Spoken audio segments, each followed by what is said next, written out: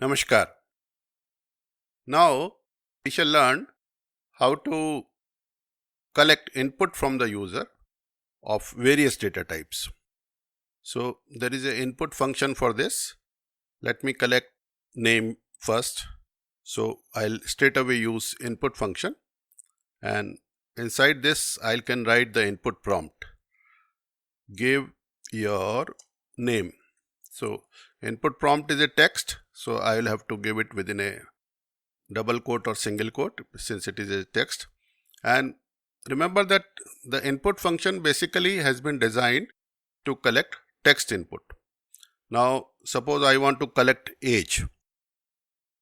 Age is, say, it is so first of all I give input as give your age, okay, again like in a string, but since age should be an integer, so I will enclose this text. This inside is a text, and this text I will give inside the integer function so that it gets converted to integer. Okay. Now after age, let me try marks, and I want marks to be collected like a float. So I can give marks in decimal also. First I'll write this as give your marks. So this is the standard text collection. Now this collection will enclose in float.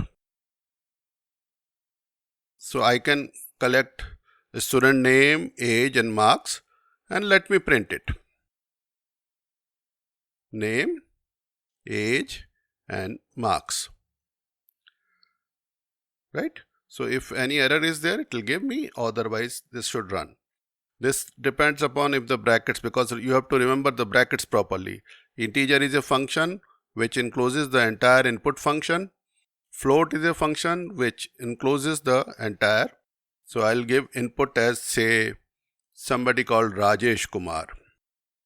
I can give single name or the whole name string. There is no limit to that. Then I can give, say, age. That the student is of 18 years, and say I can give marks of, say, he has scored 75.50%.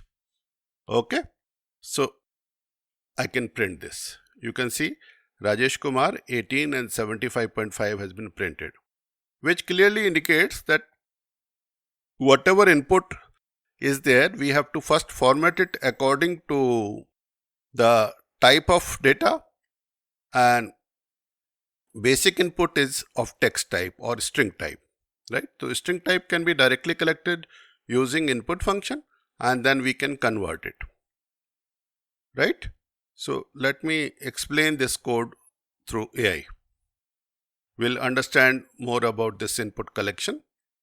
This is simply input collection. There are other techniques for other data types also. We'll learn them soon. But this is the basic technique, and most programs for simple programs will be like this. This is what it is doing. Captures the input as a string, then integer, then finally stored as a variable named age. It has not explained about, it has only explained about this portion because I have not selected the entire area. So let me select the entire area and get the explain code again. Right? So let us, it is still working. Actually, it only explained the above portion because that was selected. So first line comment, name, age, this float line also it has explained, and finally printing has also it has given. So the entire comments have come, and how this float conversioning is being done, how this integer conversion is being done, and input which is initially a string is then converted into integer, right? Prompts the user to enter the name wherever the user type is stored as a string. So this clearly identifies that default type is a string. So please do subscribe to our channel, and anything you want to give on feedback on this, you can write in comments. Thank you.